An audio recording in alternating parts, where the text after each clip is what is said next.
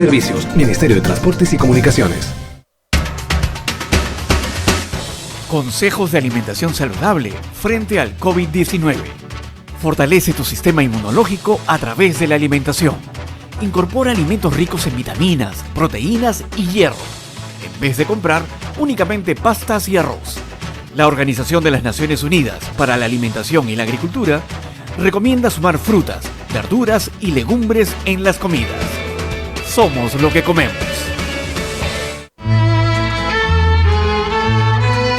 Forjando peruanidad en defensa y difusión de la cultura nacional auténticamente peruanista. Forjando peruanidad con la dirección y conducción del Dr. Luis Lara Márquez. Escúchelo todos los sábados de 7 a 9 de la mañana por Radio Santa Rosa desde Lima, Perú. En Radio Santa Rosa, hagamos lío con el Papa Francisco. Por nuestra culpa la tierra ha sufrido un gran deterioro. La hemos dañado y la hemos saqueado. No la hemos sabido respetar ni cuidar, y tampoco a nuestros hermanos y hermanas. Hemos olvidado que somos custodios y administradores, y hemos ofendido al Padre bueno que vela sobre todas sus criaturas. La presente pandemia nos está enseñando que solo si estamos unidos y haciéndonos cargo los unos de los otros, podremos superar los actuales desafíos globales y cumplir la voluntad de Dios, que quiere que todos sus hijos vivan en comunión y prosperidad. Que Dios los bendiga. Gracias, Papa Francisco. Radio Santa Rosa. Buenas nuevas en tu vida.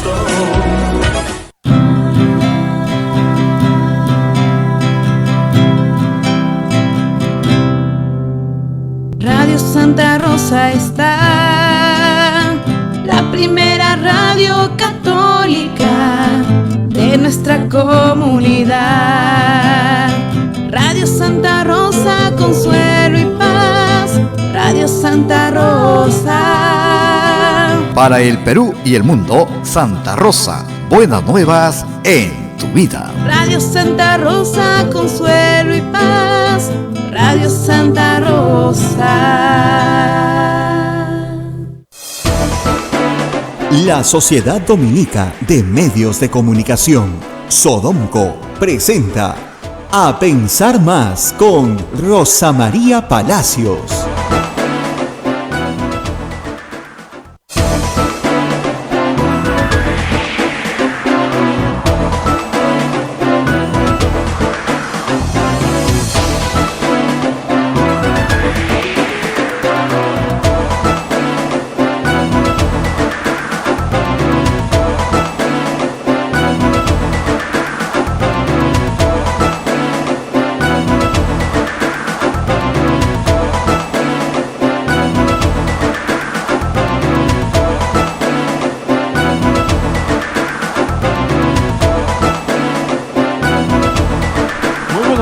Señoras y señores, bienvenidos a Pensar Más a través de las emisoras de la Sociedad Dominica de Medios de Comunicación.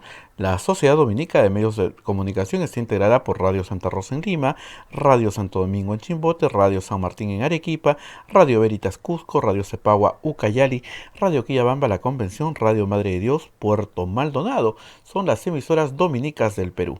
También hay otras redes de radios que se unen, como en Huánuco, Radio Huánuco, Ayacucho, Radio La Voz de Ayacucho, Puno, Radio Pública, Lampa, Radio San Valentín, Ancash, Radio Moro, Huancayo, Radio Cumbres, Atipo, Radio Milenio, Abancay, Radio Estación Solar, Yurimaguas, Radio Oriente, Cajamarca, Radio Los Ángeles. También AM Tagua nos ponen podcast en todo el Perú y el mundo. Me está volviendo de Radio Activa en Cerro de Pascua, también está en conexión. Y todos los aplicativos móviles, la página web de Radio Santa Rosa, www.radiosantarosa.com.pe, y también nuestros aplicativos móviles. Hoy día es 26 de enero del año 2021 y ya estamos en conexión con Rosa María Palacios. Rosa María, muy buenos días. Muy buenos días, Abel. Buenos días a todos nuestros oyentes en el Perú y en el mundo. He cambiado un poco la locación esta mañana para tener un poco más de luz en días tan oscuros para el Perú a pesar del verano. Bueno, la verdad es que las cifras no dejan de preocupar, las cifras sobre la pandemia. La situación es desesperada, según la Sociedad de Médicos Intensivistas del Perú. Ya hay más de 650 pacientes en lista de espera, esperando una cama UCI, y en Lima solamente más de 1.200 a nivel nacional. Se calcula que tal vez en una semana o 10 días esa necesidad aumente a 2.000 camas UCI. El Perú simplemente no tiene cómo producirlas. Entre las buenas noticias hay que señalar que el proyecto Respira Perú, que está bajo, digamos, administración en parte de la Conferencia Episcopal y de algunos obispos de la Iglesia Católica, anunció ayer que es posible que con el concurso de la actividad privada logren entregar al Estado 1.000 respiradores, Abel, 1.000 respiradores, pero que son de los que se llaman de un solo uso, son mucho más económicos, pero que en otros países de América Latina se han usado 2 o 3 veces, es decir, en teoría son de un solo uso, pero pueden usarse, se le puede dar un poquito más de vueltas en América Latina, donde somos pobres y este tipo de cosas escasea. Pero en todo caso son ventiladores, una solución intermedia que puede ayudar a paliar en este momento la enorme necesidad, que va a seguir siendo mucho más grande de lo que el Estado puede comprar. Y ustedes dirán, pero ¿por qué? Si la primera ola la logramos pasar con 1.500 ventiladores, ¿por qué en una semana se van a necesitar 2.000 más? Porque esta segunda ola viene con una fuerza gigantesca. Y hay que entender algunas cosas. En la primera ola no habían estas variantes que han hecho que la enfermedad sea muchísimo más contagiosa. La variante del Reino Unido está en el Perú desde diciembre. Está en el Perú desde antes de las fiestas navideñas. Tenemos también la variante sudafricana, la variante brasilera. Son variantes mucho más agresivas en el contagio. En segundo lugar, recuerden ustedes, en marzo, con el paciente cero, en marzo del año 2020, con el paciente cero y apenas habían pasado 10 días desde su detección, nos fuimos a una cuarentena rígida. ¿Con qué propósito? Con el propósito de aplanar la curva. Es decir, que las cifras en las curvas que uno ve de contagios no salgan para arriba disparadas, ¿no es cierto? Sino que la tendencia fuera la de una montaña que va creciendo poco a poco. Y se logró achicar la curva. O sea, sí se logró. El problema es que ahora no hay cuarentena. Entonces, esas dos variables, una variante mucho más agresiva, sin cuarentena, la curva se dispara hacia arriba. Ahora, lo que hemos visto en algunas localidades del Perú, donde eso también sucedió, no me refiero a Lima, ¿no?, sino por ejemplo a Loreto, Arequipa, donde la curva sube alta y salta, la curva baja a la misma velocidad de la que sube, en teoría, pero falta todavía mucho por avanzar en eso. Así que esperamos unas 10 a 15 semanas muy duras para el Perú. La curva de marzo y abril, si se repitiera, serían unas 20 semanas. Pero recuerden ustedes que fue una curva que no paró de crecer mucho tiempo. Es decir, en lugar de tener este salto gigantesco y caer, el Perú simplemente creció despacio, pero creció y no paró de crecer, bajó un poquitito, vuelve a subir en julio y cae definitivamente ya para agosto y septiembre y octubre y noviembre. La caída era total, ¿no es cierto? Después de diciembre, de las fiestas navideñas, la curva comienza a subir, pero en vez de subir despacio, sube así, en pared, sube muy rápido. En ese punto estamos, sin detenernos. Hay que decir que el Ministerio de Salud, la sala situacional COVID, no publica cifras desde el domingo 23. No ha publicado ni 24 ni hoy 25, así que no sabemos exactamente cuáles son las cifras de las últimas 48 horas porque no han sido publicadas. Lo que sí sabemos es que ayer se convocó a un Consejo de Ministros a primeras horas de la tarde, terminando el mediodía, de emergencia, justamente para analizar cifras, medidas, etc. No se conoce medida alguna adoptada después del Consejo de Ministros.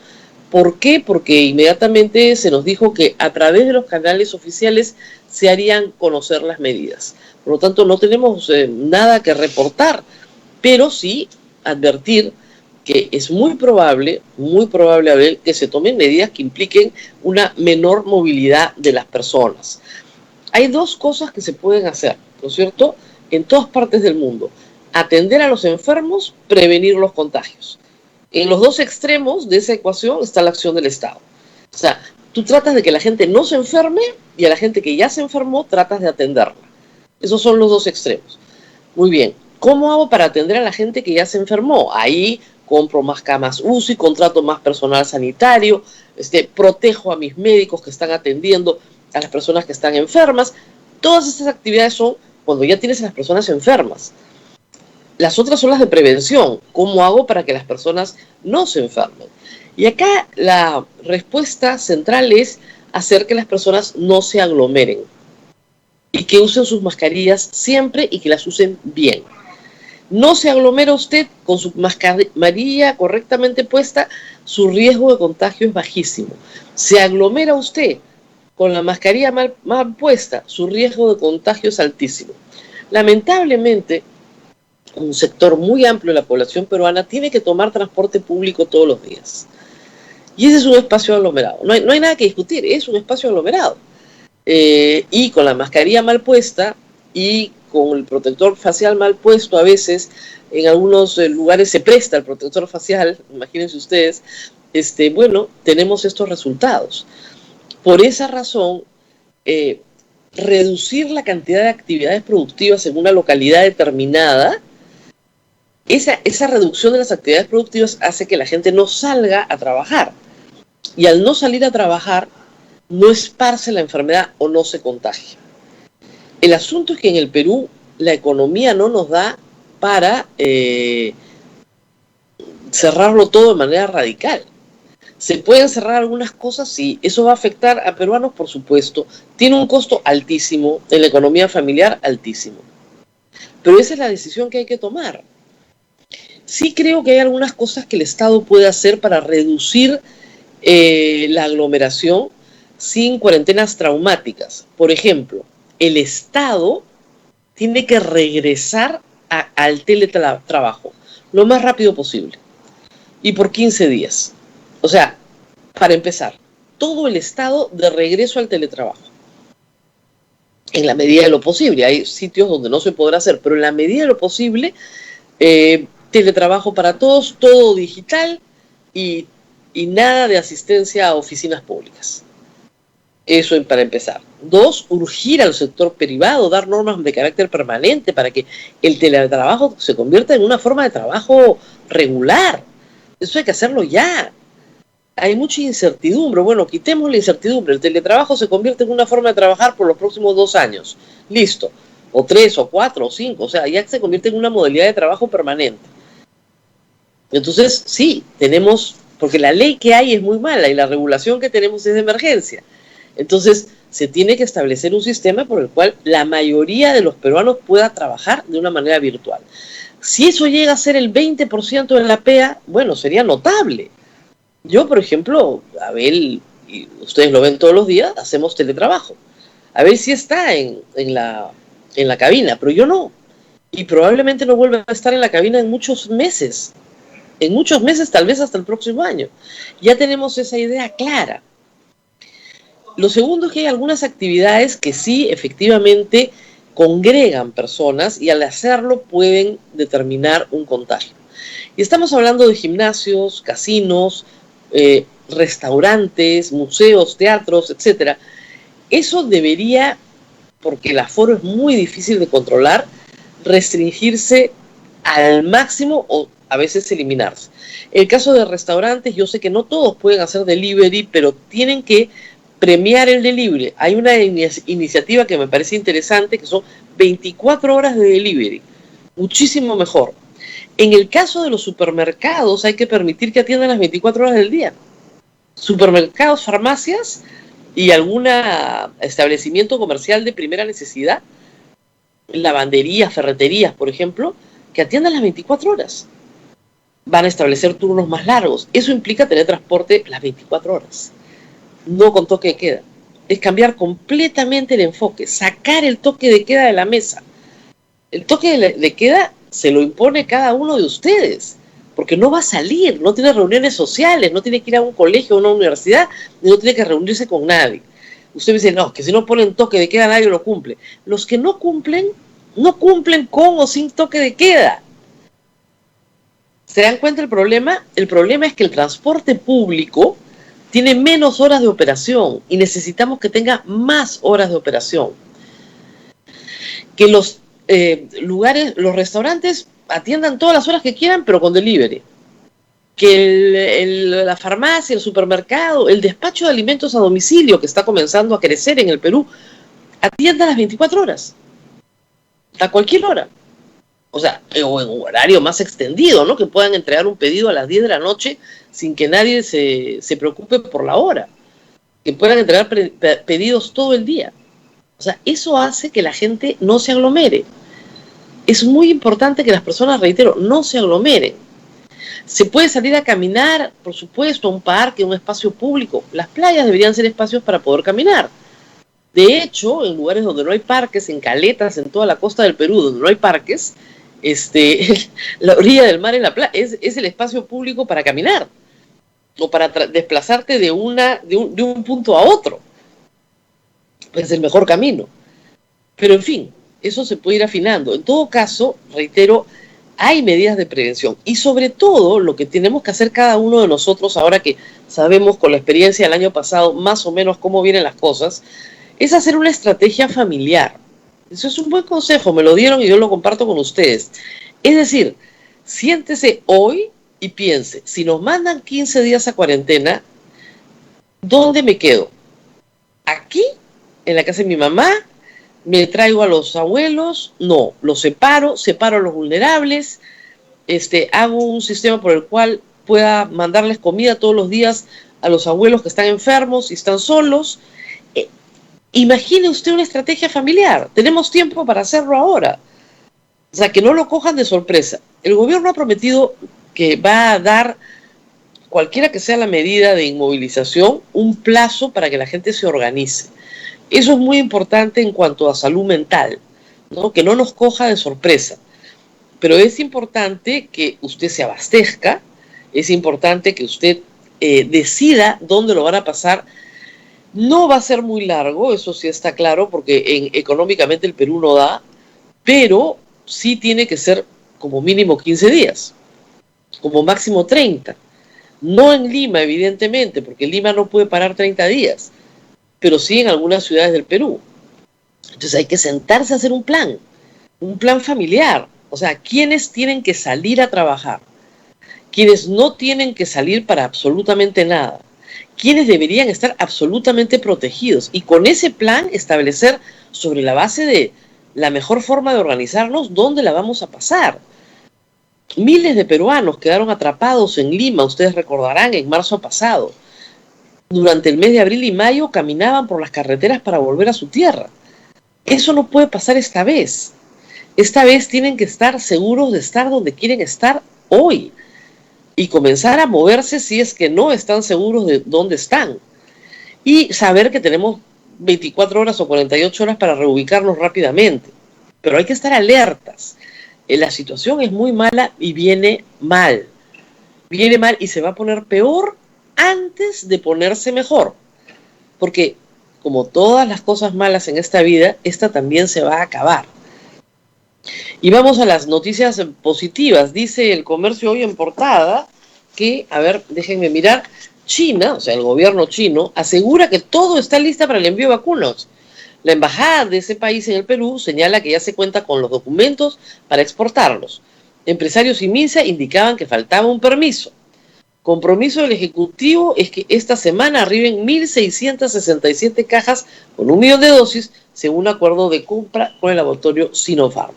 O sea, tienen que llegar, supuestamente, ¿no es cierto?, antes del 30 de enero, estamos 25.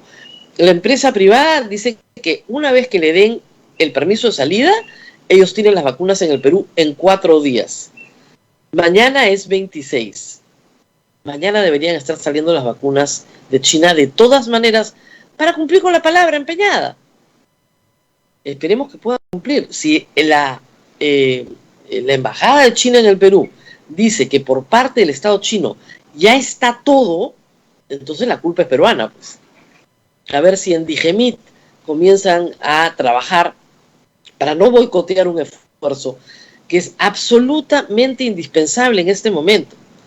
Y estamos viendo cómo la vacunación está ayudando a países a controlar su segunda ola.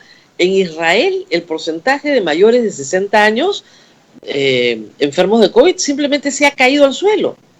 Porque ya vacunaron a toda su población adulta mayor. Están saliendo del problema. ¿Se dan cuenta la alegría?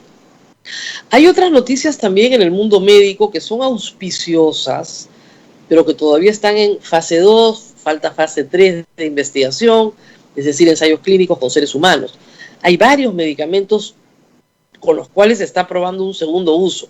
Y no estoy hablando de la ivermectina, que ha sido masivamente usada en el Perú sin resultado aparente, porque el ensayo clínico se ha hecho, de una manera empírica completamente, no se ha hecho de una forma científica, pero se ha usado en millones de personas. Estoy hablando de otros productos que están siendo analizados en su potencia antiviral.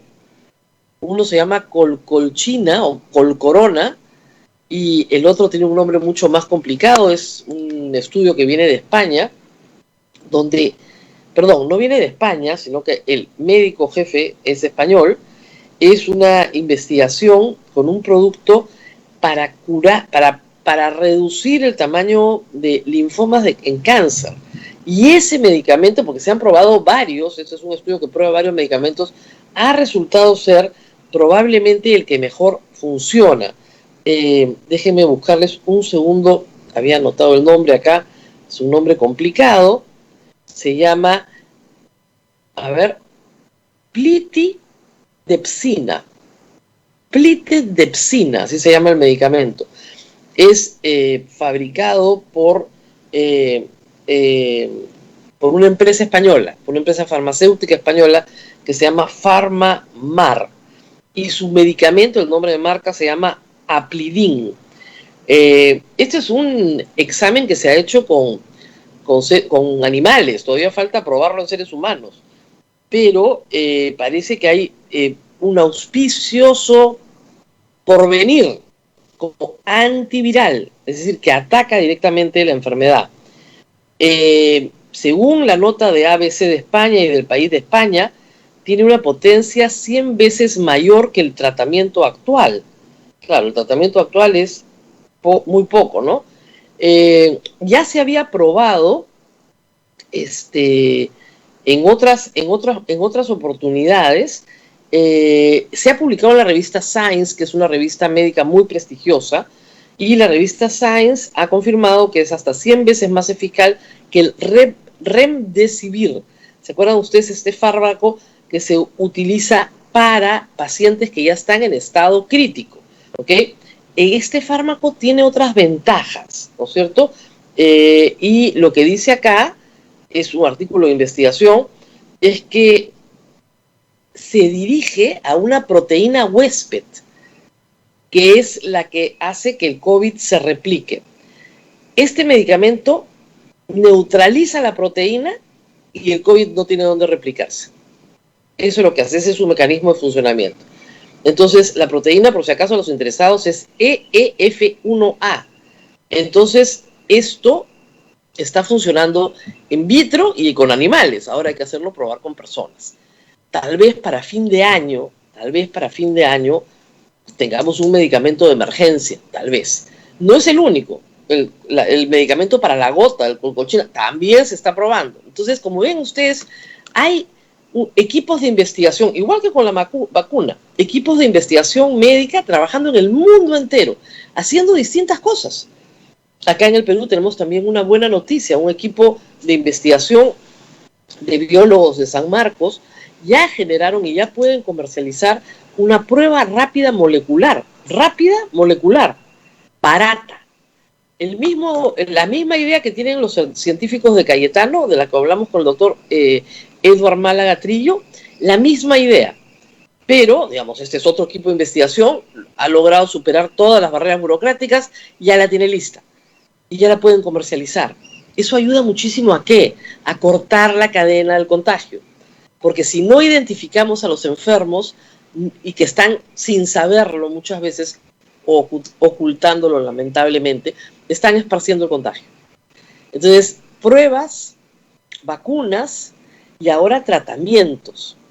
Esa es la competencia científica mundial, porque esta pandemia cuesta no solo millones de vidas en el mundo entero, sino cuesta también millones de dólares en pérdidas. Es mucho mejor para los países, para los estados, para la industria, invertir en investigación, y estos resultados son los que van a hacer que la cadena de muerte y la cadena de pérdidas económicas se detenga. Entonces sí hay esperanza, no quiero transmitir un mensaje de tristeza solamente por lo que está pasando en el Perú, sino tener nuestros ojos puestos en que podemos salir adelante. Miren ustedes, en 10 meses la humanidad produjo una vacuna. Eso no tiene precedentes en la historia humana. Ahora falta colocarla, por cierto. Y tal vez en 10 meses o un año tengamos tratamientos antivirales. Ojalá. La comunidad científica está abocada a buscar una solución definitiva. Pero esto toma tiempo.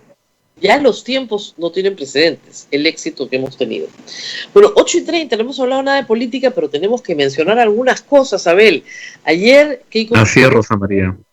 Lanzó un mensaje señalando que su propuesta se resume en 2 palabras: mano dura.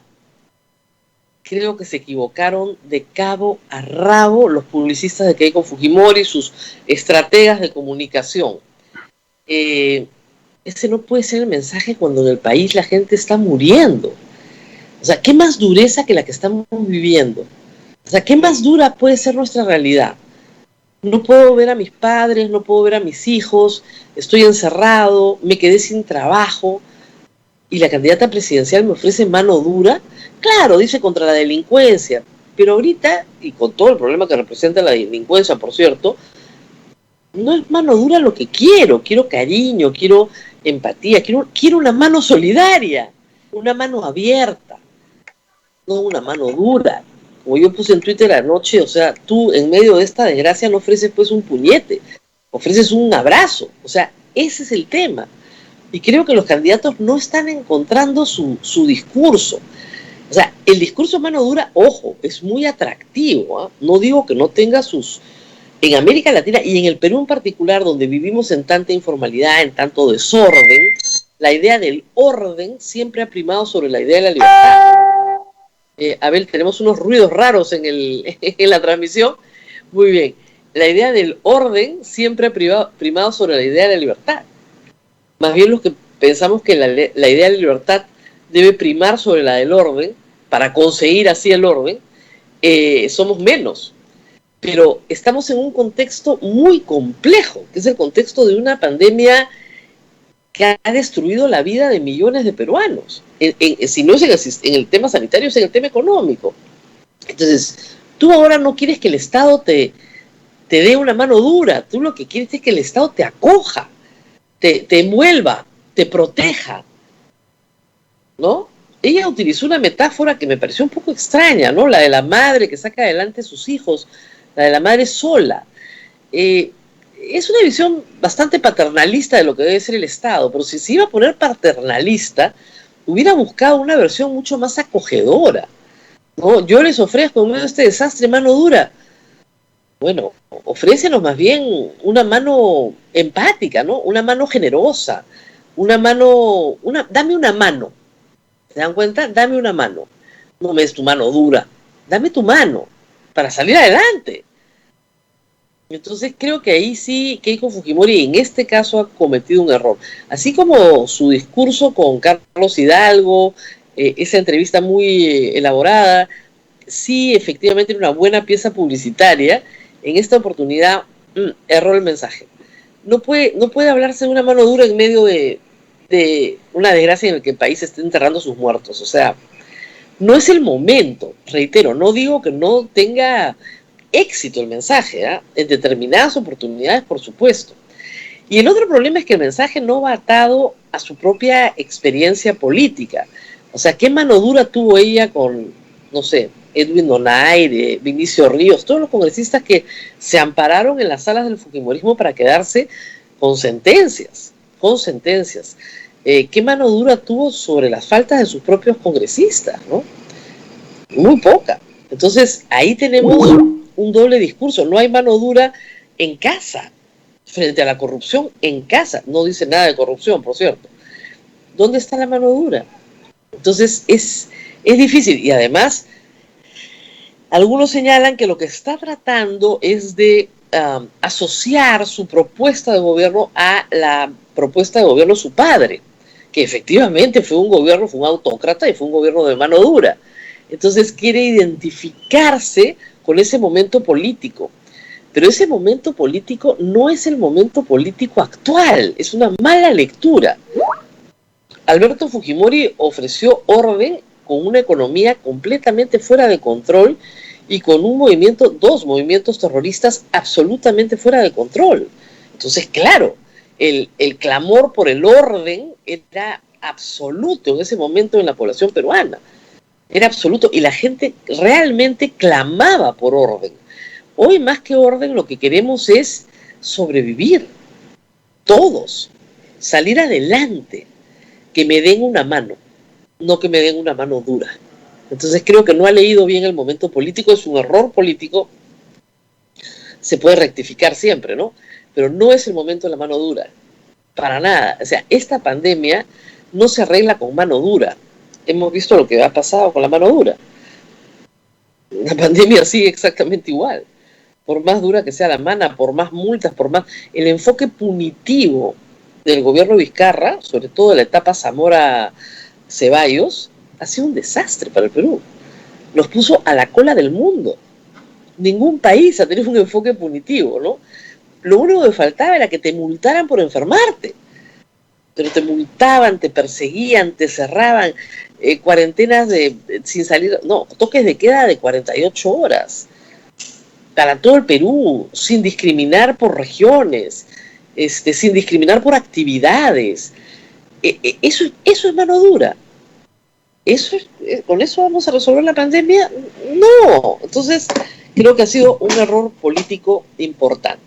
Bueno, Abel, ahora sí creo que ya estamos en comunicación con Jorge Nieto Montesinos, número 1 de Victoria Nacional, el partido de George Forsyth, ¿o todavía no? En la pausa lo conectamos, Rosa María. Bueno, yo te quería hacer recordar que cuando la señora Keiko Fujimori ha dicho mano dura, le han recordado el caso de su mamá, le han recordado el caso de Barrios Altos, el caso de la Cantuta, de los periodistas asesinados, de Pedro Yauri, de los secuestros. De verdad que se equivocó bastante al mencionar la palabra mano dura. Le han recordado de todo a la señora Fujimori. Porque tiene una mochila muy grande, tiene una... Cuando tú tienes, claro, como dicen, es como hablar de la soga en la casa del ahorcado, pues no, o sea, no, hay cosas que no puedes poner sobre la mesa tú mismo, te estás haciendo daño a tu candidatura. Bueno, anoche tenía un intercambio muy divertido con los tuiteros sobre algunas candidaturas, ¿no? Y es gracioso, cuando tú tratas de explicar algo, o sea, qué es lo que estás viendo como fenómeno político, al toque saltan y dicen, usted va a votar por esto, porque yo no voy a votar por nadie en este momento. Solamente les digo lo que veo. En el caso de Keiko Fujimori, así como salir a decir que sí indultaría a su padre, es políticamente lo que le correspondía hacer, y eso creo que es una buena pieza publicitaria, aunque, como digo, ya está más difícil que le creamos, ¿no? Pero por lo menos es una buena pieza publicitaria. Esta es una mala estrategia publicitaria, porque no está leyendo el momento político, está leyendo mal. O sea, no es que la gente no quiera orden, por supuesto que lo quiere, y no es que en el Perú la gente no esté dispuesta a sacrificar su libertad a cambio de orden. Eso es muy común en el Perú, en otros países no, pero en el Perú es muy común. Pero en este momento, en este preciso momento, mano dura la idea de la dureza es una idea que se contrapone a la solidaridad, ¿no? A dame una mano, extiéndeme tu mano, Estado, dame una mano, no me des una mano dura, dame una mano para salir adelante. Para esto, corta esto, cambia esta realidad espantosa en la que estamos viviendo. Por eso creo que es una muy mala idea. Así es. Bien, Rosa María, vamos a la pausa, que ya nuestro invitado el día de hoy es el señor José Nieto, el número 1 del partido Victoria Nacional. Estamos tratando de contactar con todos los números 1 para que expongan sus ideas y poder escuchar. Vamos a la pausa, Rosa María.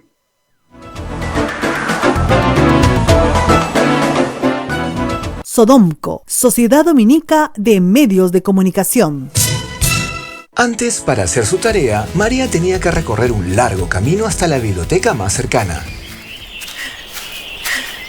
Ahora que tiene HughesNet, el internet satelital número 1, solo camina a la sala de su casa para tener acceso a la mejor educación.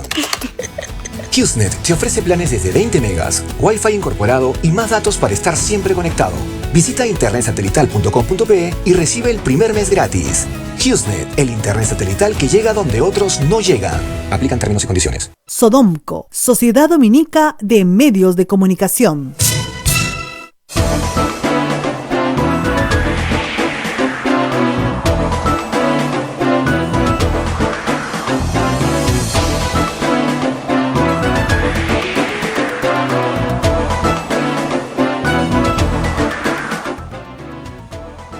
Continuamos con A Pensar Más con Rosa María Palacios a través de las emisoras de la Sociedad Dominica de Medios de Comunicación. La Sociedad Dominica de Medios de Comunicación está integrada por Radio Santa Rosa en Lima, Radio de Santo Domingo en Chimbote, Radio Veritas en Cusco, Radio San Martín en Arequipa, Radio Quillabamba en La Convención, Radio Madre de Dios en Puerto Maldonado, Radio Cepago en Ucayali, Radio Huánuco en Huánuco, Radio La Voz de Ayacucho en Ayacucho, Radio Pública en Puno, Radio San Valentín en Lampa, Radio Moro en Ancas, Radio Cumbre en Huancayo, Radio Milenio en Satipo, Radio Estación Solar en Abancay, Radio Oriente en Yurimaguas, Radio Activa en Cerro de Pasco, Radio Los Ángeles en Cajamarca. AM Tagua nos pone podcast en todo el Perú y el mundo. Y también las plataformas móviles y la página web de Radio Santa Rosa. Permíteme, Rosa María, un segundito. Solamente a nuestros amigos oyentes está llamando mucha gente hemos tenido un problema en la AM de Santa Rosa, así es que no se preocupen, en cualquier momento se soluciona y el programa lo vamos a repetir para la AM de todas maneras, porque AM de Santa Rosa hemos tenido un problema en la madrugada. Ya en él está solucionado el programa, pero estamos en la FM y en todas las otras radios a nivel nacional. Bien, Rosa María, adelante, ya está con nosotros el doctor Nieto, número 1 de Victoria Nacional.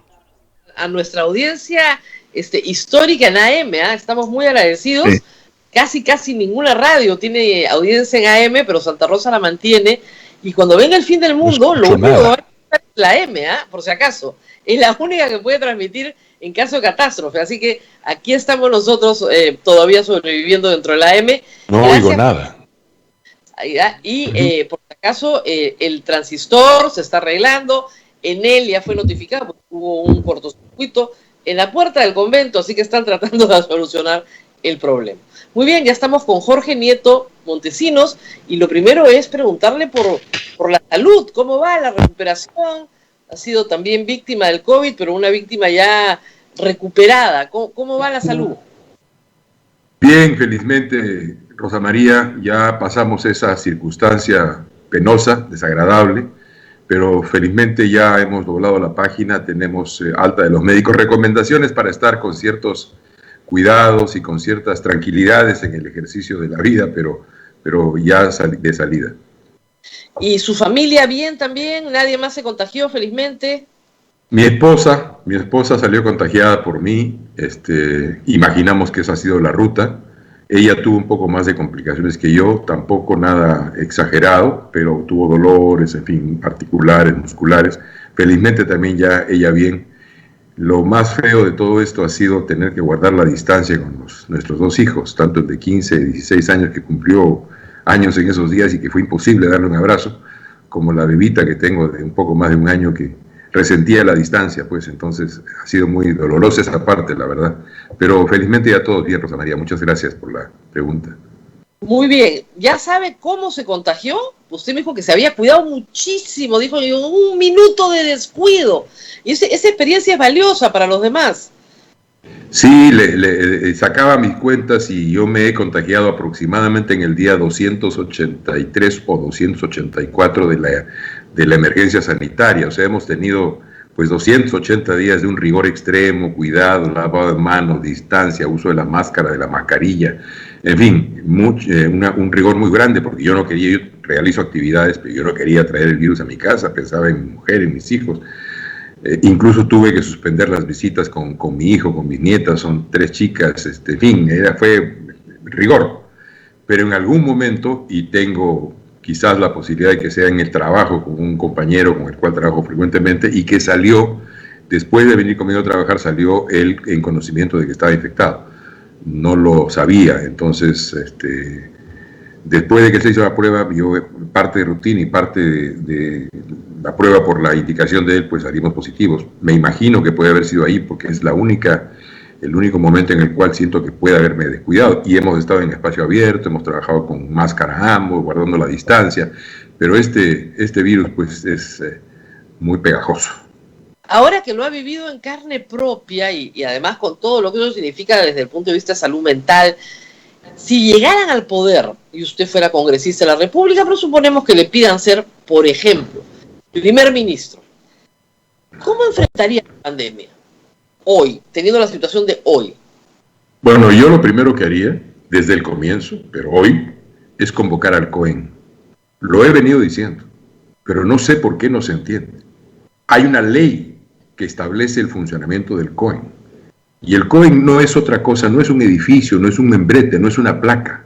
El COEN es el gobierno nacional actuando como comando de operaciones de emergencia, sobre la estructura del Comando Conjunto de las Fuerzas Armadas, alrededor de la cual se estructuran todos los ministerios e incluso tenemos la capacidad desde ahí de movilizar a toda la sociedad, universidades, empresas, ciudadanos independientes, grupos estudiantiles, en fin, eso está allí. Entonces, lo primero que haría sería eso. Evidentemente, un COEN para enfrentar una emergencia sanitaria no sería un COEN como el que nosotros convocamos para enfrentar al niño costero. Para empezar, los organismos técnicos convocados serían muy distintos.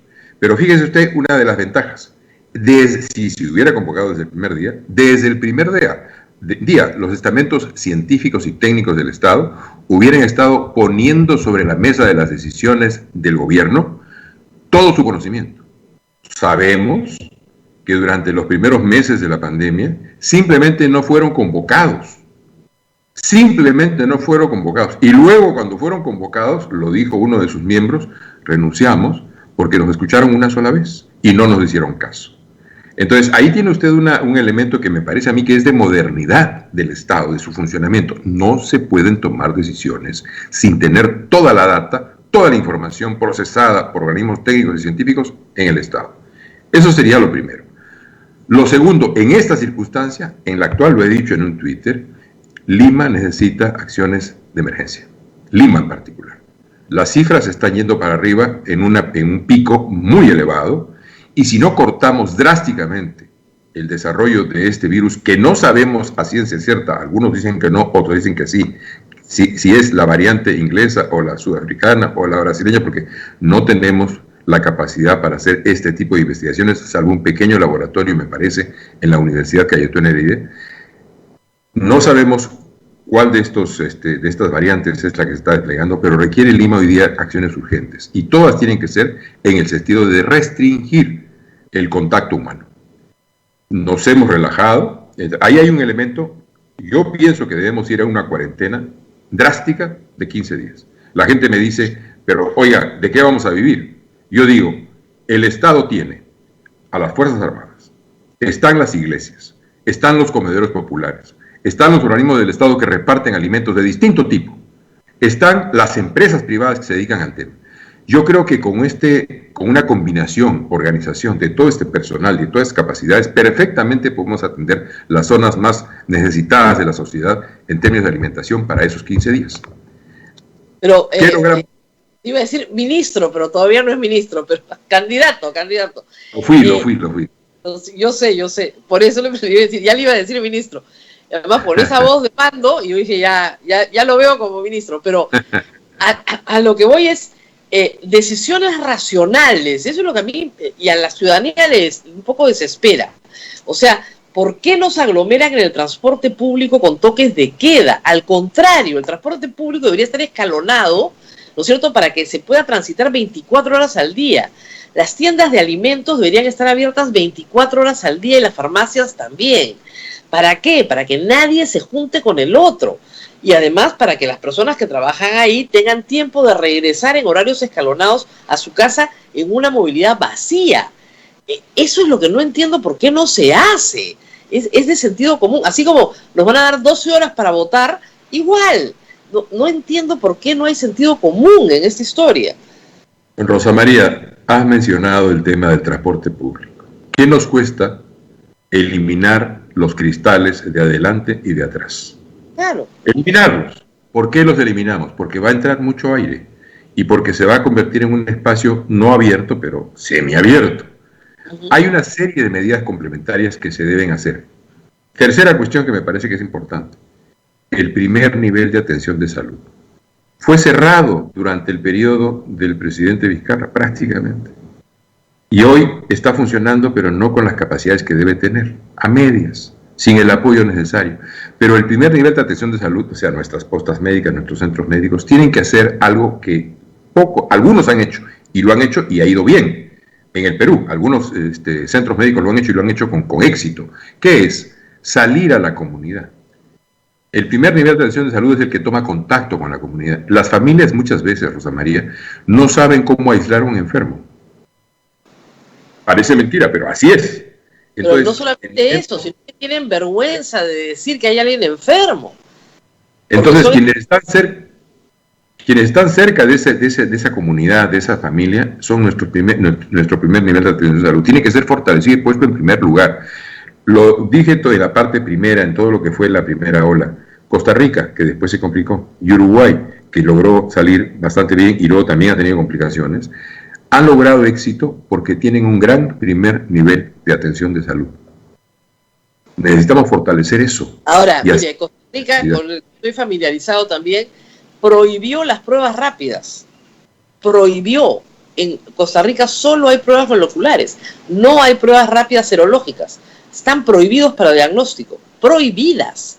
¿Por qué? Porque te da falso positivo o falso negativo y porque además detecta los anticuerpos, pero no detecta el virus. Y lo que necesitamos es detectar el virus. O sea, se tomaron políticas de salud pública desde el principio muy claras respecto a la detección y persecución del virus. Costa Rica tiene, en términos relativos, la quinta parte de muertos que tenemos nosotros, si extrapolamos el número de población, ¿no? Entonces, ¿por qué no se ha hecho? Es una cosa que desespera. Hasta ahora no se hace rastreo de contactos. Lo hacen los privados. O sea, las familias con dinero se rastrean todas. Estoy segura que usted le hizo análisis a todos sus hijos. Obvio. Sí. Cualquier padre lo haría. Entonces, una vez que salieron, los separó. Ya que mencionas el tema, Rosa María, yo fui y me hicieron 2 pruebas. La prueba rápida y la prueba molecular. El mismo día, por si acaso. La prueba rápida me dio negativo. Claro. Si yo me hubiera ido con la prueba rápida, hubiera estado andando con la enfermedad y contagiando a otras personas porque estaría confiado en que no tenía el virus. Felizmente me hice la prueba molecular y ahí salió negativo.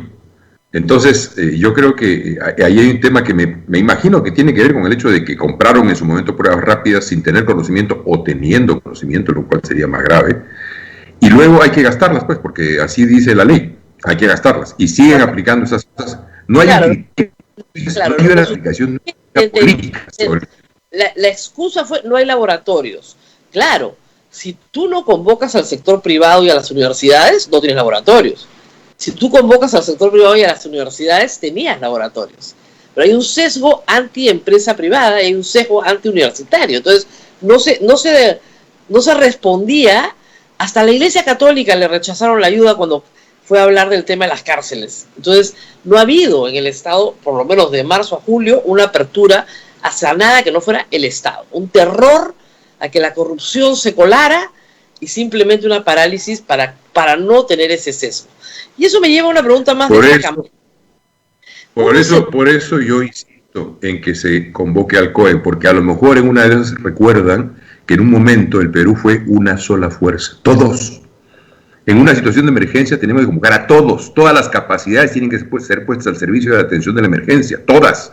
No importa si es rojo, verde o amarillo, todos, porque así lo requiere la situación. Bueno, y en ese sentido, vamos metiéndonos a la campaña. Keiko Fujimori, en vez de extender la mano, ¿no es cierto?, una mano solidaria, una sola fuerza, dice que va a poner mano dura. Ese mensaje que es muy solicitado en el Perú y en Latinoamérica, en este momento, ¿es el mensaje adecuado? Bueno, es evidente que ella está haciendo un giro en su campaña para poder expresar al sector más autoritario y conservador de la sociedad. Y está poniendo un jaque no a los demás actores, sino a los actores que tratan de ocupar su espacio. Hasta aquí el analista político.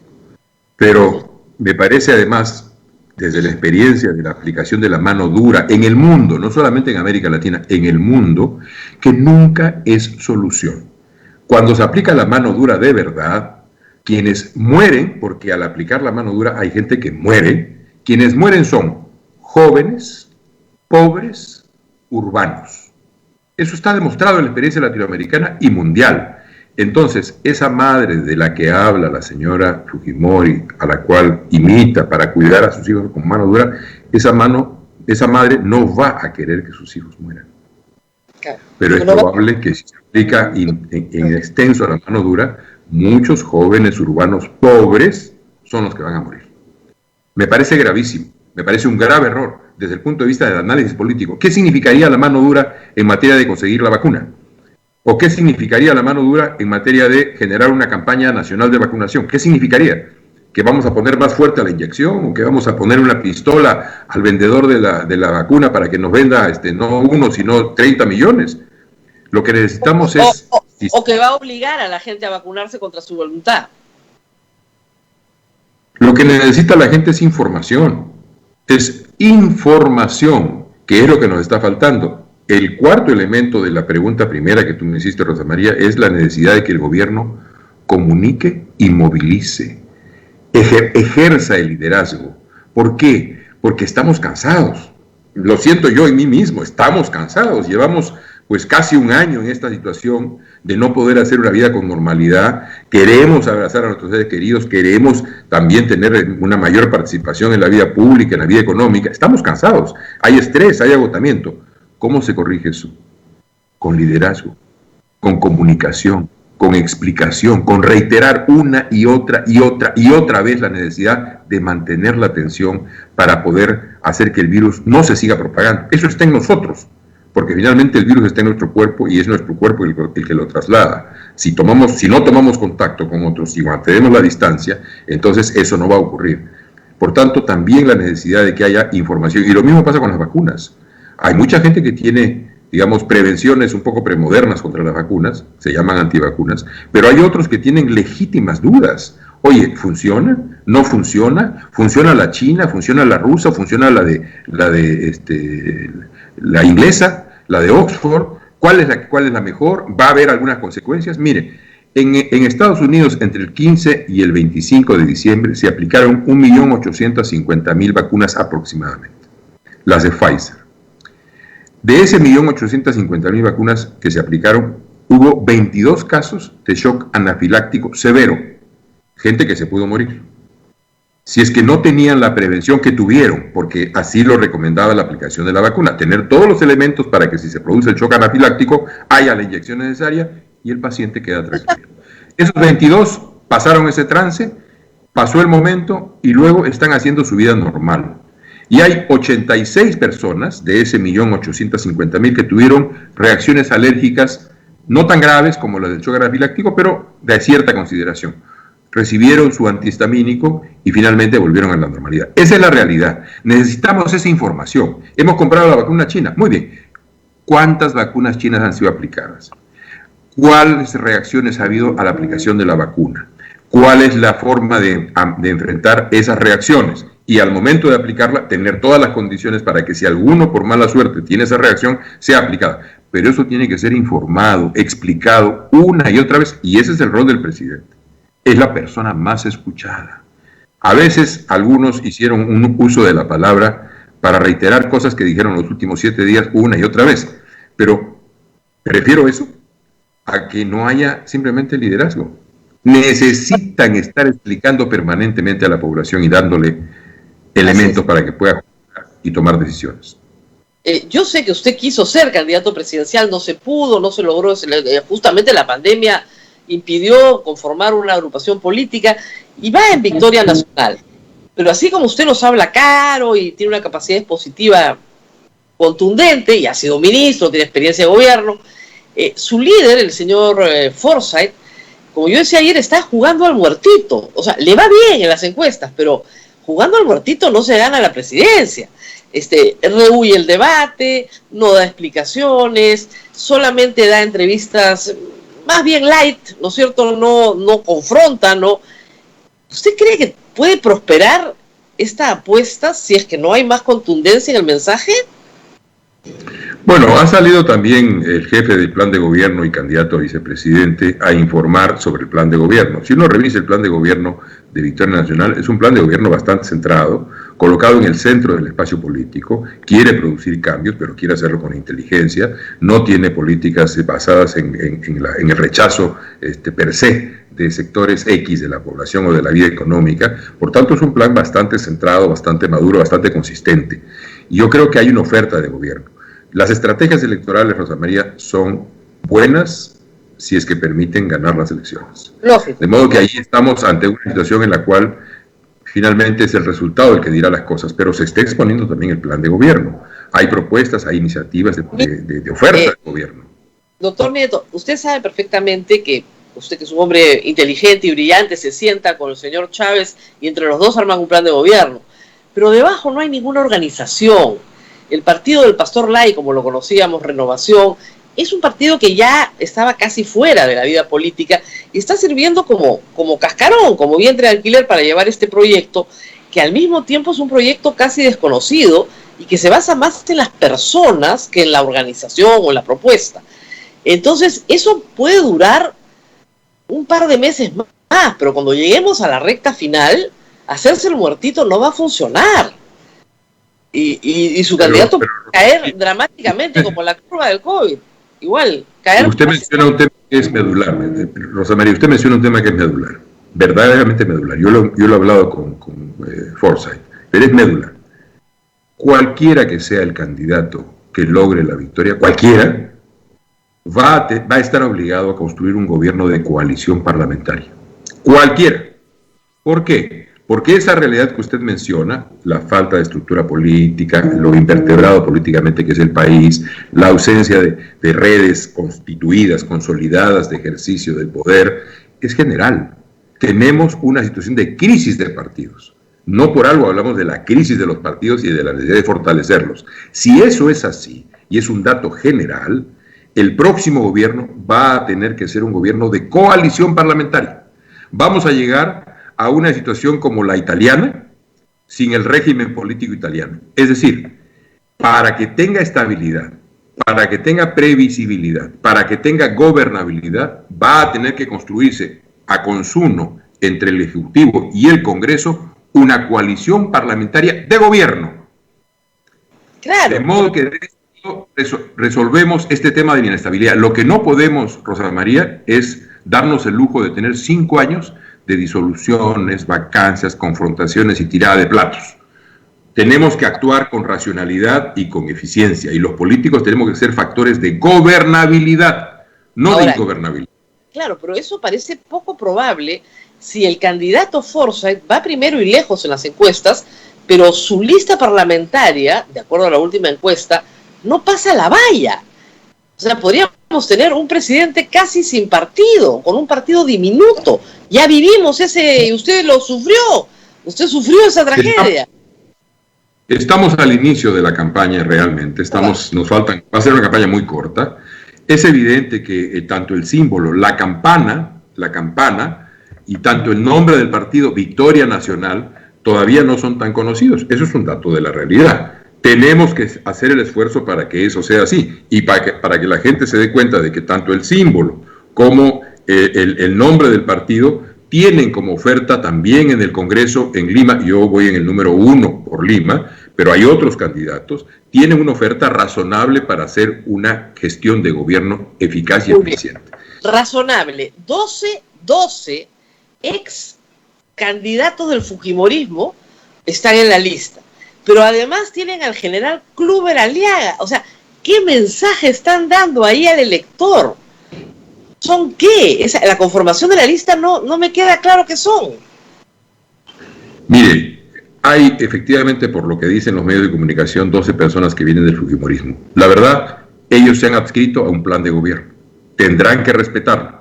Pero hay una persona que me preocupa, la de Piura. Los antecedentes que mencionan no son nada buenos. Y si logró pasar la ventanilla única del Jurado Nacional de Elecciones y también los filtros que ha tenido Victoria Nacional para elegir sus candidatos, yo creo que ese candidato debiera darse cuenta de que le está haciendo daño a la lista y debería renunciar. Ajá.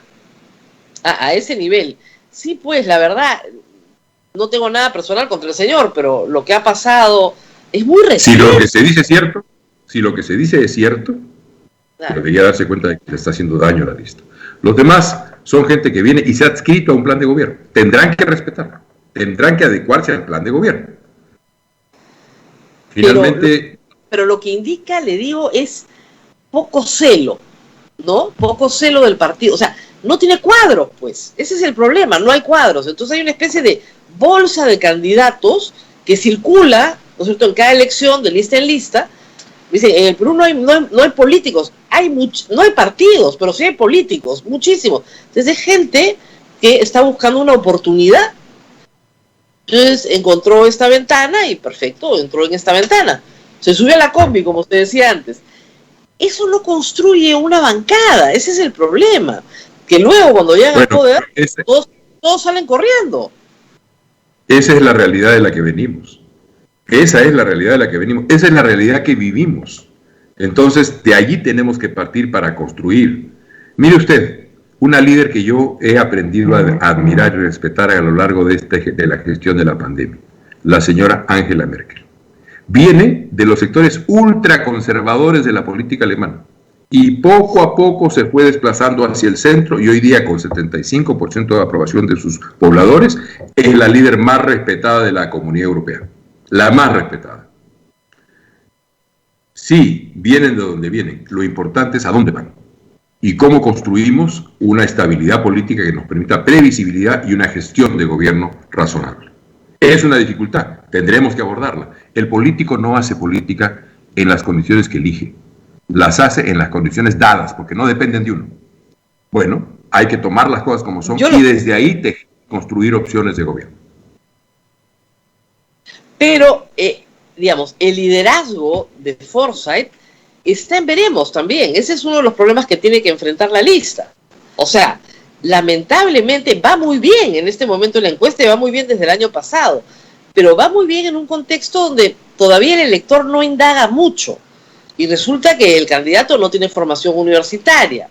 El candidato tiene problemas como manejar en estado de ebriedad, ¿no es cierto? El candidato tiene un matrimonio mediático, roto mediáticamente en público. Entonces, todas estas cosas van a comenzar a saltar muy rápidamente en los próximos días y semanas y va a ser difícil sostener esto, creo yo, visto desde hoy. Y usted también es un estupendo analista político y sabe que esas pequeñas cosas comienzan a saltar alrededor del candidato y lo tienen que sostener en la lista. Y es difícil con esa lista sostener al candidato. Quiero referirme a uno de sus argumentos, la formación universitaria. Lo quiero decir con con lo que creo. En este país han habido miles de líderes comunales campesinos, miles de líderes barriales que no pisaron ni la escuela primaria. Ese argumento no es válido. El liderazgo no depende de... Yo lo entiendo, doctor Nieto, si fuera Lula. Yo lo entiendo si es que una persona excepcional, efectivamente, que las hay, que no pasó ni por la primaria, llega a la presidencia de un país, pero que tiene una carga. Lula postuló 4 veces antes de ser presidente, ¿no es cierto? Y era una persona que tenía una empatía y era auténticamente un líder popular. Pero George Forsyth no es un líder popular. Es un joven de clase media, acomodada, que ha vivido por el mundo entero porque su padre es diplomático y que termina siendo arquero de un equipo de fútbol y luego un pequeño empresario. No es Lula. Entonces, ¿cómo hace usted para convertirlo en Lula? Pues eso es lo que es difícil.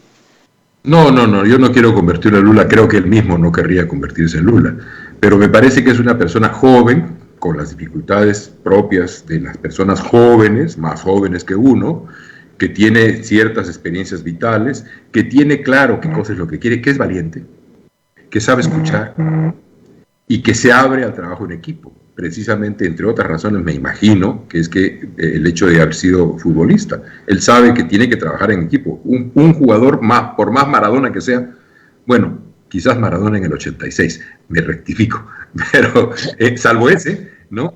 Difícilmente un jugador gana solo un partido de fútbol. De modo que trabajar en equipo, escuchar, tener la capacidad de rápido aprendizaje, ser valiente y tener 2 o 3 ideas fijas en la cabeza que son las que quiere él acometer, por ejemplo, luchar contra la corrupción, y entonces encontrar las formas para hacerlo, tener un Estado más cercano de la gente, resolver los problemas y no huirles, me parece que constituyen en él un liderazgo razonable y en conjunto una oferta de gobierno junto con todos los demás y con la propuesta que tenemos como plan de gobierno. Lo que no conozco ningún candidato que diga voy a favorecer la corrupción, ¿no? O sea, bajo el término la lucha anticorrupción, usted fue parte, imagínense, del gabinete Kuczynski, de uno de ellos donde efectivamente persiguieron al presidente supuestamente por corrupto y lo vacaron. Y usted sabe que ahí lo que hubo fue un interés político de Keiko Fujimori, una venganza absolutamente personal. O sea, bajo el paraguas de luchar contra la corrupción se amparan muchas cosas. Y a veces no precisamente luchar contra la corrupción. Entonces, tiene claro, que pero ese es el caso. Contenido no a es la este el frase. caso. Yo lo sé. No es este el caso. Yo lo sé, pero la frase queda como que ausente de contenido. Porque bueno, hay una propuesta bastante completa para enfrentar el tema de la corrupción, que incluye cambios legislativos e incluso constitucionales, que hay el diseño de un sistema completo de lucha contra la corrupción. Este tema tampoco es un tema sobre el cual haya que descubrir mucho. Hay experiencias en el mundo en donde se ha logrado abatir la corrupción de una manera drástica y dramática en muy corto tiempo. Requiere 3 cosas básicamente. La primera, la voluntad política al más alto nivel. El liderazgo, el presidente o la presidenta tienen que estar comprometidos con eso. La segunda, la formación de un ente dedicado a eso, no solamente para combatir la corrupción del pasado, sino para combatir la corrupción que puede estar ocurriendo bajo mi gobierno, lo cual supone que es un ente autónomo, que tiene plena autonomía frente al Ejecutivo y frente al Congreso, que es un ente con plenas capacidades. Y la tercera, la movilización y la participación de la sociedad. Pero eso, ¿cómo se logra? Escuchándola. ¿Qué pasaría si usted denuncia un acto de corrupción en un funcionario de 4º, 5º o primer nivel? Que no le hacen caso y que generalmente usted termina en problemas porque ya no le hacen el trámite que usted quería hacer o ya no le dan la licencia que usted estaba solicitando y se mete en problemas. Pero ¿qué ocurriría si la autoridad escucha su demanda? Lo que ocurriría es lo que ocurrió en Hong Kong hace unos años, que la gente comienza a ver que hay efectiva lucha contra la corrupción y que por tanto su denuncia es escuchada y es llevada adelante. Y se produce una movilización de la sociedad alrededor de este tema que se complementa con la acción del Estado y con la del liderazgo político. No hay que inventar mucho. Las experiencias mundiales en varias áreas ya están más o menos claras y hay que adecuarlas a lo que es nuestra realidad nacional.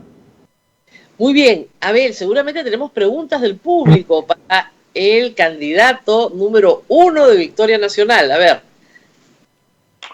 Así es, Rosa María. ¿Podría darnos 3 ideas centrales del plan de gobierno del señor Forsyth? La primera, recuperar el Estado para el interés público. Fundamental. Sabemos por todo lo que hemos venido conversando que el Estado está capturado por lobbies. La corrupción permea, ha hecho metástasis, tanto en los distintos niveles del Estado como en los organismos reguladores y en distintas instancias municipales, regionales. Necesitamos recuperar el Estado para el interés público, para alguna forma de interés público, de modo que el Estado vele por el interés de todos. Sobre eso hay un conjunto de propuestas que van desde la digitalización de la gestión pública hasta la capacitación del personal y el propio movimiento del Estado. Necesitamos reemplazar nuestras capacidades estatales mejor que las que tenemos hoy día. Le pongo un caso, agricultura. Agricultura tiene más o menos 10.000 funcionarios. De esos 10.000 funcionarios, el 80% está en la capital. Y las direcciones regionales de agricultura en la práctica no funcionan por falta de personal. Y ya no le digo lo que pasa, no en las capitales de las regiones, sino en las zonas donde están los agricultores. Necesitamos movilizar ese ministerio. Necesitamos hacer que vayan al campo, con incentivos, con lo necesario para que puedan desarrollar su trabajo y su labor, pero necesitamos reemplazar el Estado. Le he mencionado uno, le puedo mencionar varios otros problemas en los cuales necesitamos reemplazar el Estado. Aquí tiene una primera cuestión. La segunda cuestión, políticas contra las desigualdades, que es una de las bases del acuerdo mío con George Forsyth del Partido del Buen Gobierno con el Partido Victoria Nacional. Necesitamos volver a poner en la agenda pública políticas contra las desigualdades. Lo que la pandemia nos ha mostrado es un país con profundos abismos sociales y eso no va a resistir. ¿Y cuáles son los grandes igualadores? Salud pública de calidad, educación pública de calidad y seguridad pública de calidad. Tenemos en el país en este momento dos tipos de problemas. Unos, los inmediatos, los que reclaman acción inmediata. El de la pandemia es uno, reclama acción inmediata. El otro es el del empleo. Necesitamos generar los empleos necesarios para poder atender a ese casi 2 millones de peruanas que están sin empleo en este momento. Y ahí no hay más que dos recetas. Uno, generar las condiciones para volver a retomar el crecimiento, de un lado, y de otro lado, hacer un esfuerzo de inversión pública para poder hacer que se generen también las condiciones para que el crecimiento y la inversión privada entre con fuerza al desarrollo y al proceso económico.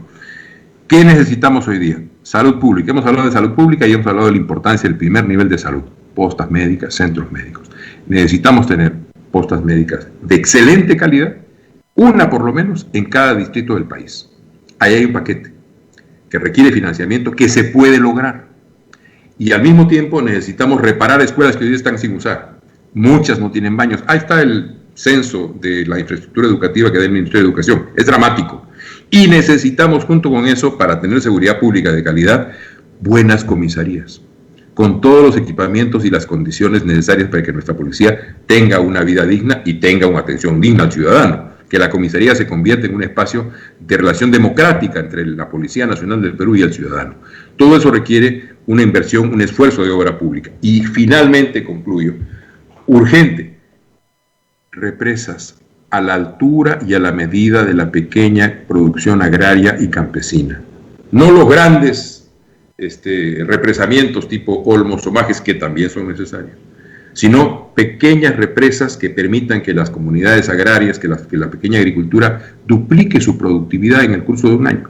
Nuestra sierra, sobre todo, tenemos abundante agua una vez al año y luego una larga época de sequía. ¿Por qué? Porque no gestionamos el agua.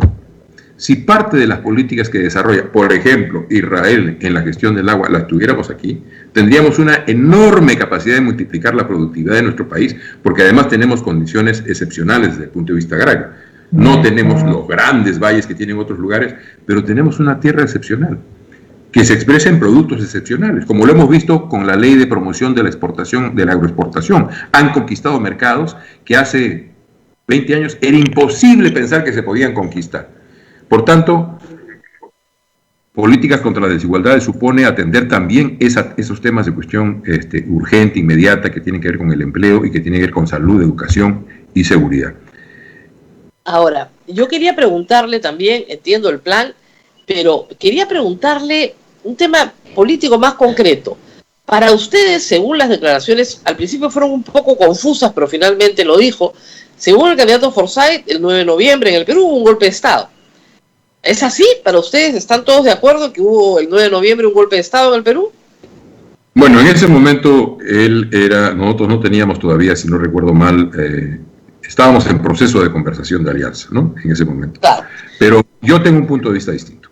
en eso claramente debo decir, yo tengo un punto de vista distinto. Somos aliados, pero somos de dos partidos diferentes y por tanto tenemos coincidencias fundamentales, pero también tenemos cada quien su propia manera de ver. Yo no comparto ese punto de vista. Yo creo que hubo un abuso constitucional. Es decir, en la arquitectura constitucional hay una fisura que permite que se use a la correlación de fuerzas, al puro deseo político, si no logra los 87 votos, que sea usada esa fisura constitucional para generar conflicto entre poderes y para resolver las cosas. Y por eso una de las propuestas, una de las preocupaciones mías en materia política, legislativa, es resolver bien el tema de nuestra arquitectura constitucional. Ok, pero antes de ir a eso, entonces, si hubo solo un abuso, para usted no hubo un acto de sedición, por lo tanto las personas que participaron en esos actos no tienen que ser juzgadas y sentenciadas ni inhabilitadas en un juicio político en el Congreso que usted integraría. Usted votaría salvo que el Tribunal Constitucional diga lo contrario. El Tribunal Constitucional ha resuelto ya cosas, Rosa María. No ha dicho y es nada. la autoridad. Sobre esto no ha dicho nada. Yo lo sé, no, pero para juzgar un acto de sedición por infracción a la Constitución, el único tribunal competente es el Congreso. Eso sí es un juicio político, que determine que Merino y los 105 que votaron con él, o los 104 que votaron con él, no están habilitados para la función pública hasta por 10 años, como manda la Constitución, en castigo por haber hecho lo que han hecho. Usted, por lo que me está diciendo, señalando que hay una fisura, en fin, que es debatible, no participaría en ese juicio político. Habría que demostrar que hubo esos actos de sedición. Habría que demostrarlo. Yo no los puedo ver. Porque además, el mismo mecanismo que nombró al señor Merino, que ha tenido un comportamiento político, la verdad, deleznable, y que cuando uno ve sus declaraciones recientes, uno dice, oye, el paso de 6 días por Palacio de Gobierno te hizo un poco de daño, porque tienes ahora un entonamiento de voz, un engolamiento de voz que la verdad es que no se ve que se condiga con las cosas que él menciona. Pero más allá de la antipatía o simpatía que uno pueda tener por este señor, el mecanismo que se usó para nombrarlo fue el mismo mecanismo que se usó para Sagasti. El mismo. No, yo lo sé, pero a lo que voy es a lo siguiente. Si para usted no hubo un acto de sedición, es un parteaguas en esta campaña, porque hay que ponerlo. Le digo, el grupo de los morados de Julio Guzmán han anunciado claramente que sí van a llevar adelante el juicio político y van a buscar la sanción a las personas que participaron en este acto. ¿Usted no? Si tienen los elementos para probarlo, si tienen los elementos que muestren que hay sedición, por supuesto que acompañaré, pero tienen que haber los elementos. Pero yo no los veo. Yo no los veo, María. Los ve otro grupo político, yo sí los veo, pero usted no. Entonces está en todo su derecho de decir, yo en esto no voy a participar. Pero eso le da una luz al elector para saber cuál es la posición que tiene y eso nos ayuda a ir definiendo el voto, ¿no? Porque creo que esas son las cosas que definen finalmente el voto, ¿no? En el caso de ustedes, no promoverían un proceso porque ustedes no ven un acto, no ven actualmente un acto. Hablo de mi punto de vista, ¿eh? Ojo, hablo de mi punto de vista. Usted me mencionó las declaraciones de noviembre y le he dicho, somos dos partidos distintos, tenemos miradas distintas. Pero si hay, yo no le estoy diciendo que no participaría, si hay elementos probados de sedición, oiga, uno no es loco, ¿no? Uno tiene que estar, si esos elementos existen, hay que estar, hay que sancionar, evidentemente. Lo que digo simplemente es que el mecanismo que nombró a Merino es el mecanismo que nombró a Sagasti. El mismo, exactamente el mismo. Yo lo sé. Entonces, en materia jurídica, usted lo sabe porque es abogada, yo solo estudié Derecho, pero abandoné, no resistí. En materia jurídica, lo que vale para uno, vale para todos. Muy bien, hay que resistir hasta el final, doctor, hay que resistir hasta el final. Muy bien. Muy bien. El tema es de la Constitución. Es que me pusieron a trabajar en uno de mis últimos años. Perdón. Acá, nos preguntan por la reforma de la Constitución. Otro de los temas puestos en campaña. ¿Asamblea Constituyente o reforma de la Constitución? ¿Qué haría? Mi punto de vista es el siguiente. Primero, que la Asamblea Constituyente no debe convertirse en un mantra.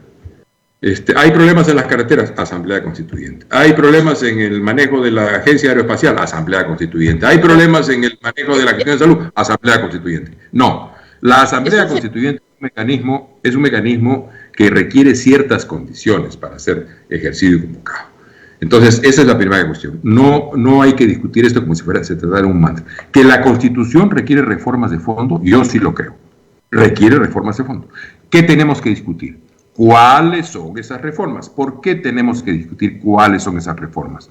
Porque finalmente de lo que se trata en un documento constitucional es de construir un consenso suficientemente amplio, tanto en la sociedad en general como en particular en el estamento político, para que esa nueva constitución o esa constitución reformada sea el consenso necesario para que todos hagamos la vida pública ordenados por esa constitución. El ejemplo clásico es el español, década del 70.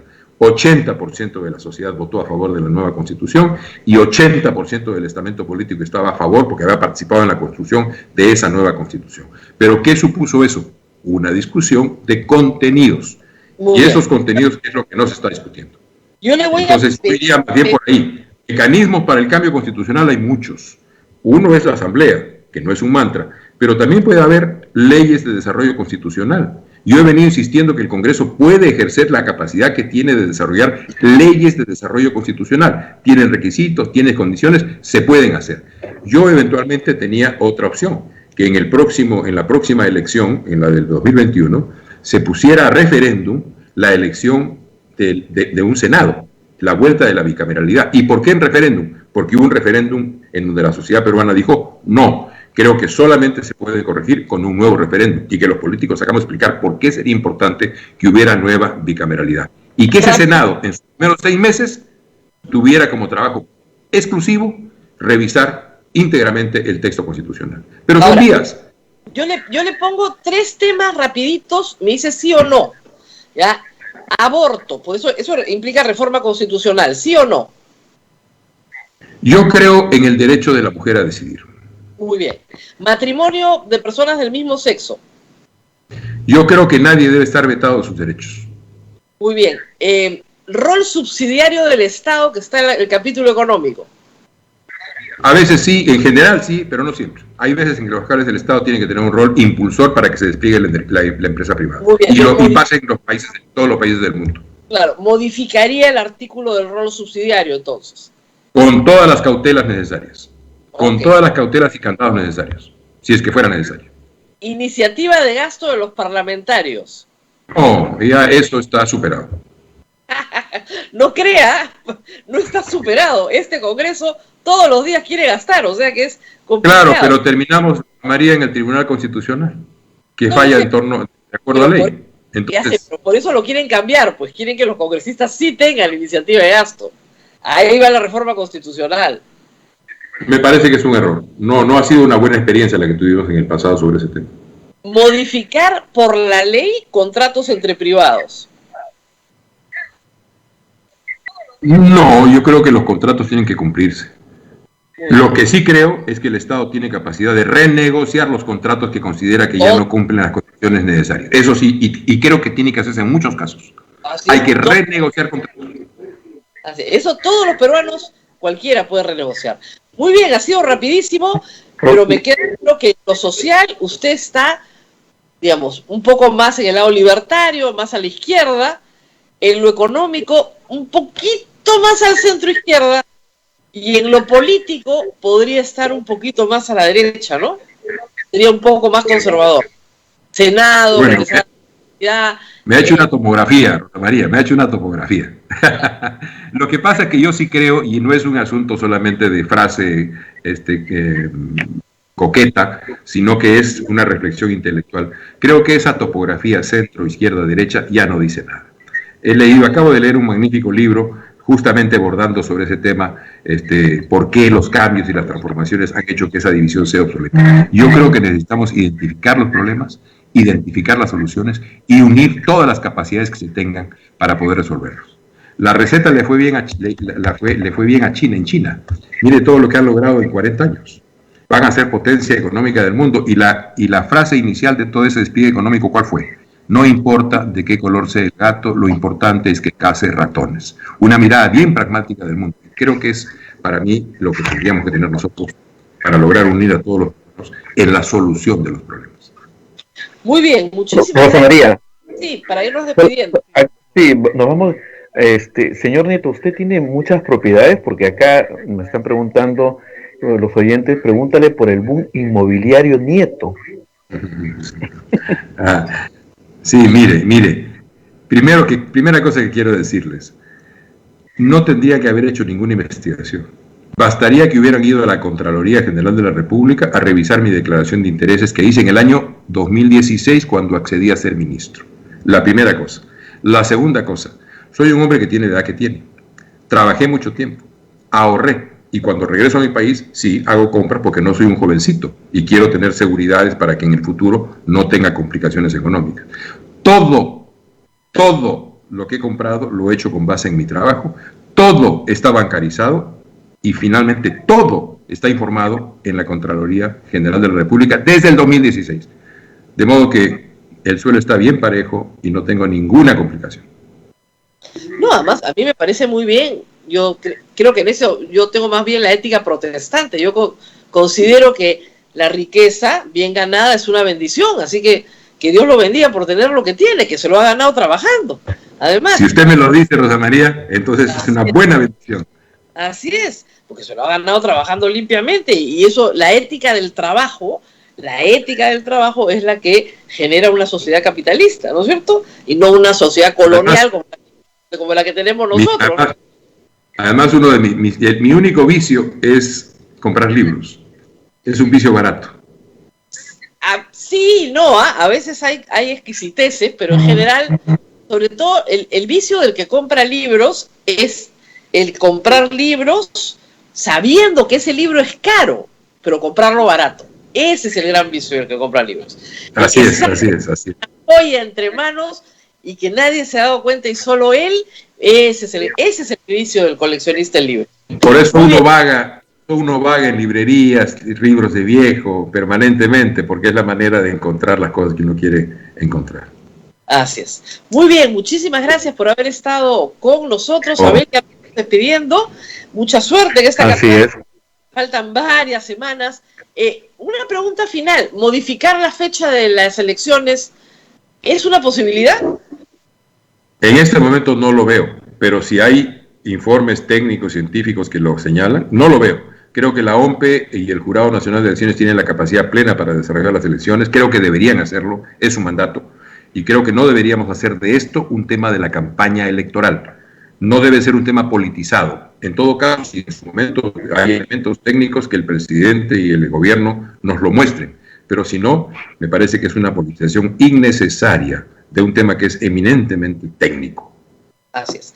Muy bien, muchísimas gracias, mucha suerte, que la mejoría se complete, ya está inmunizado, o sea, usted sí puede salir, hacer campaña. No estoy inmunizado, Rosa María, no.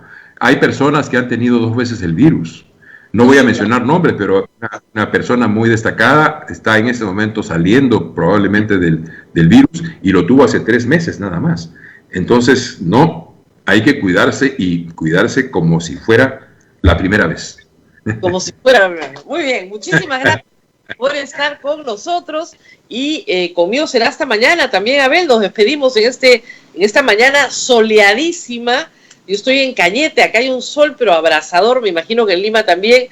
Acá tenemos otra cuarentena, acá a las 7 de la noche estamos en la cama, pero sí contarles que el día está lindo, así que espero un buen día para todos ustedes que nos siguen aquí en Radio Santa Rosa. Seguiremos con más candidatos, Abela, de todas maneras. Sí, mañana también tenemos de otro partido político, hay que decirle a los oyentes, estamos tratando de traer a los números 1 o los que ocupan los que están en los 10 primeros de la lista, pero también vamos a dar oportunidad a todos, de acuerdo al tiempo que tengamos. Así es que, y todos los candidatos presidenciales están invitados, todos.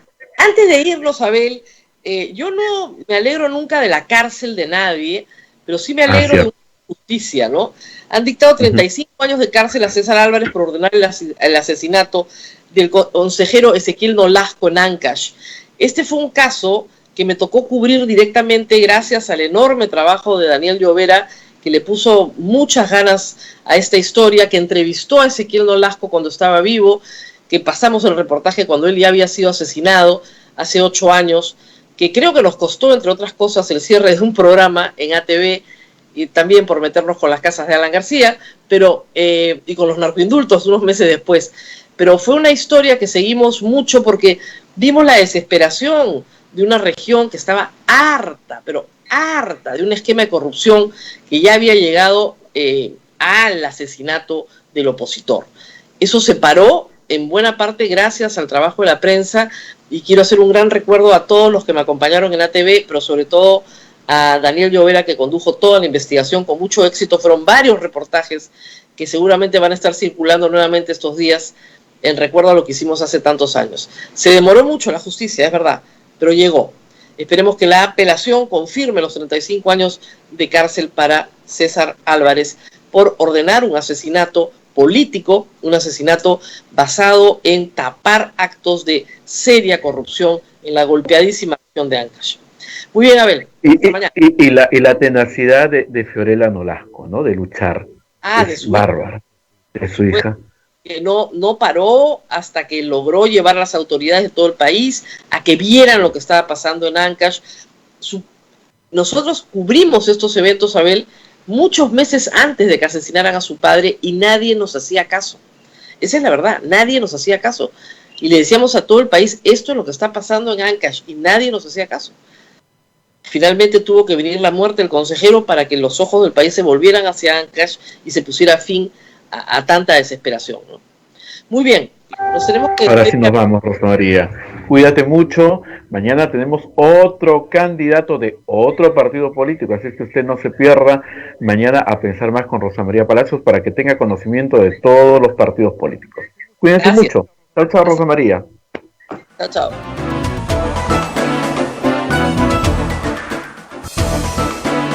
Hasta aquí, A Pensar Más con Rosa María Palacios.